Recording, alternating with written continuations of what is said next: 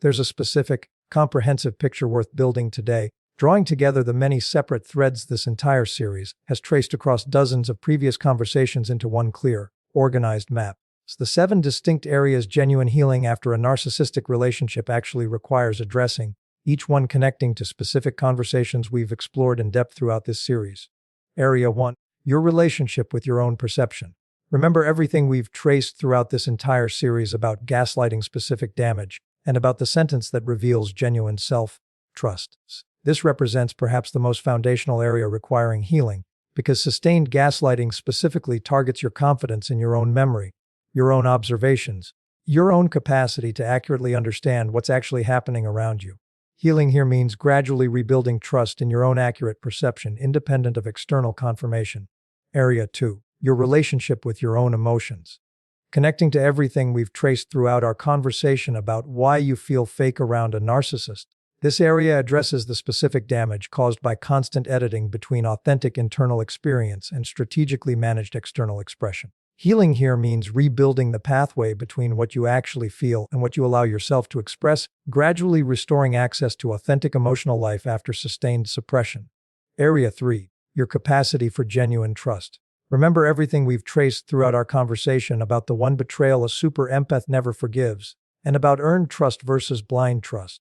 This area requires healing the specific mechanism through which trust gets extended, moving from either indiscriminate openness or complete guardedness toward genuine discernment that can distinguish accurately between people who've demonstrated trustworthiness and people who haven't. Area 4. Your relationship with boundaries. Connecting to everything we've traced throughout this entire series about how narcissistic relationships specifically punish boundary settings, teaching you that boundaries produce consequence rather than respect. Healing here means unlearning this specific conditioning, rebuilding genuine confidence in your right to set limits without requiring justification or apology. Area 5. Your understanding of what love actually requires. Remember everything we've traced throughout our conversation about why narcissists need attention more than love, and about the crucial distinction between genuine reciprocity and its counterfeit substitute. Healing here means recalibrating your internal template for what healthy love actually feels like, moving away from the anxious intensity that characterized the relationship toward genuine comfort with the steadier, less dramatic quality that actually characterizes healthy connection. Area 6. Your relationship with your own worth. Connecting to everything we've traced throughout this entire series about the accusations that were never actually about you, about the erosion of self-concept that occurs through sustained manipulation. Healing here means separating your genuine, accurate self-understanding from the distorted narrative he constructed, rebuilding accurate confidence in who you actually are. Area 7. Your capacity for solitude without loneliness. Remember everything we've traced throughout our conversation about the forbidden gift of the solitary empath.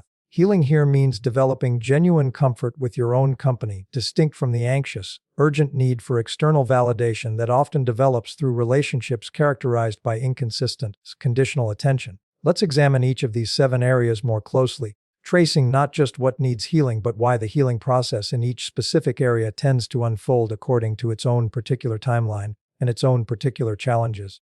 Here's what's worth understanding about healing your relationship with your own perception. Connecting extensively to everything we've traced throughout our conversation about rebuilding self-trust. This healing typically doesn't happen through a single decisive moment of deciding to trust yourself again. It happens through the accumulated practice of noticing your own perception, acting on it in small, low-stakes situations, and then verifying over time how reliably that perception tracked against what eventually proved true.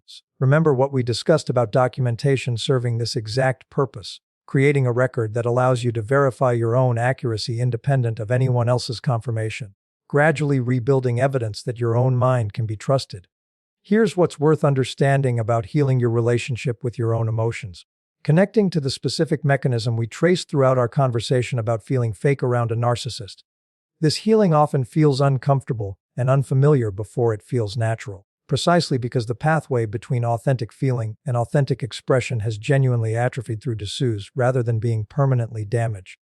Deliberate, repeated practice, noticing genuine reactions and allowing them small, safe expression, gradually strengthens this pathway again.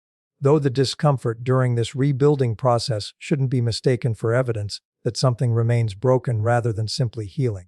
Here's what's worth understanding about healing your capacity for genuine trust. connecting to everything we've traced about the distinction between blind trust and discerning trust. This particular area often requires the longest, most patient healing, because rushing it in either direction, either forcing yourself back into openness before genuine readiness, or remaining permanently guarded in ways that cost you connection with genuinely trustworthy people, produces its own problems. Genuine healing here means developing a calibrated, honest relationship with evidence. It's extending trust gradually and specifically to people who demonstrate, through sustained consistency, that they deserve it. Here's what's worth understanding about healing your relationship with boundaries, connecting to the specific conditioning we've traced extensively throughout this entire series. This area often heals through deliberate practice more than through any other single mechanism, actually setting small boundaries repeatedly, in relatively low-stakes situations, until the anxious anticipation of consequence gradually decreases as accumulated evidence demonstrates that most healthy relationships actually respond to reasonable boundaries with respect rather than punishment.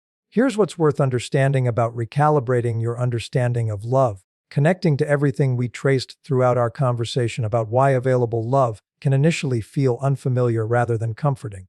This specific healing often involves a genuinely disorienting phase where healthy relationships feel strange or even slightly boring compared to the intensity that characterized the narcissistic relationship, precisely because your nervous system had come to associate intensity with connection.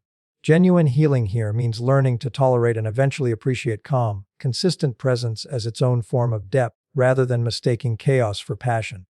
Here's what's worth understanding about healing your relationship with your own worth. It's connecting to everything we traced about the specific accusations that belong to him rather than to you. This healing often benefits considerably from external perspective. Trusted friends, family, or therapeutic support who can help reflect back accurate information about your genuine character, providing external verification while you rebuild the internal capacity to hold this accurate self-understanding independently. Here's what's worth understanding about developing genuine comfort with solitude, connecting to everything we traced throughout our conversation about the solitary empath's gift. This particular healing often develops last after considerable progress has already occurred in the other 6 areas. It's because genuine comfort with your own company typically requires having already rebuilt enough self-trust, enough emotional authenticity, and enough accurate self-worth that solitude no longer feels like confirmation of unworthiness, but instead becomes genuinely restorative space. Here's something crucial worth understanding about how these 7 areas actually relate to each other, rather than existing as entirely separate, sequential tasks. Remember everything we've traced throughout this entire series about how psychological healing tends to compound rather than proceed in isolated steps. Progress in one area typically supports progress in the others. Rebuilding self-trust makes boundary setting considerably easier, which in turn supports healthier relationship patterns, which gradually recalibrates your understanding of what love actually requires. These 7 areas aren't meant to be addressed one at a time, in strict sequence, but rather understood as interconnected dimensions of the same overall healing process, progressing together, sometimes unevenly, throughout your continued journey. Because here's what all of this ultimately needs to lead toward. And it's worth being direct about it rather than leaving this conversation as simply a comprehensive map without addressing what genuinely matters most. How to actually use this map in your own daily life, and how to hold realistic expectations about what genuine progress across these 7 areas actually looks like over time. The first thing worth understanding clearly is something worth naming directly, connecting to a specific trap this kind of comprehensive framework sometimes creates. If you find yourself using these 7 areas as a checklist, anxiously evaluating your own progress against each one, comparing your current state to some idealized picture of complete healing, you've transformed genuinely useful understanding into exactly the kind of pressure this entire series has repeatedly cautioned against. Remember everything we've traced throughout dozens of previous conversations about genuine healing developing gradually, unevenly, through accumulated practice rather than through rigid, measurable milestones you're required to hit on any particular timeline. Here's the second thing worth understanding, one that offers a considerably more sustainable way to hold this entire framework. These 7 areas exist not as a test you're passing or failing, but as a map helping you understand why certain aspects of your continued life might feel more difficult than others, and why that difficulty makes sense given exactly what you survived. If boundary setting still feels genuinely difficult while your relationship with your own perception has progressed considerably further, this isn't evidence of failure or incompleteness. It's simply, honestly, where you currently are, information worth holding with curiosity and compassion rather than judgment.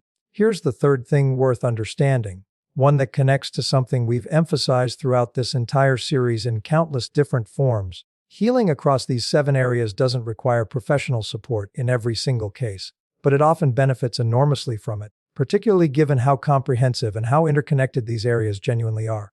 If you're finding certain areas, particularly trust, particularly self-worth, genuinely difficult to shift despite sustained, honest effort, consider that this specific difficulty might benefit from working with a therapist experienced in narcissistic abuse recovery specifically, someone who can offer structured support. This series, however comprehensive, cannot fully replace on its own. Here's the fourth thing worth understanding, one that addresses something important about timeline and patience across all 7 areas simultaneously. Remember everything we've traced throughout this entire series about the genuinely variable pace at which different people heal, depending on relationship duration, relationship severity, available supports, and countless other individual factors. There's no universal timeline that applies accurately to everyone reading or listening to this conversation. Some people notice significant progress across several of these areas within months. Others require years, particularly for the deepest, most foundational areas like self-perception and self-worth. Both timelines represent genuine, valid healing, and neither deserves comparison against the other as though one pace were correct and the other insufficient. Here's the fifth and final thing worth understanding, the piece that ultimately matters most as we close this entire conversation. These 7 areas, perception, emotion, trust, boundaries, love, worth, and solitude, represent the comprehensive territory this entire series has traced across dozens of previous conversations, each one deserving genuine attention, genuine patience, and genuine compassion as you continue moving through your own healing journey. You don't need to have arrived completely in any single one of these areas in order for your healing to be considered genuine or valid.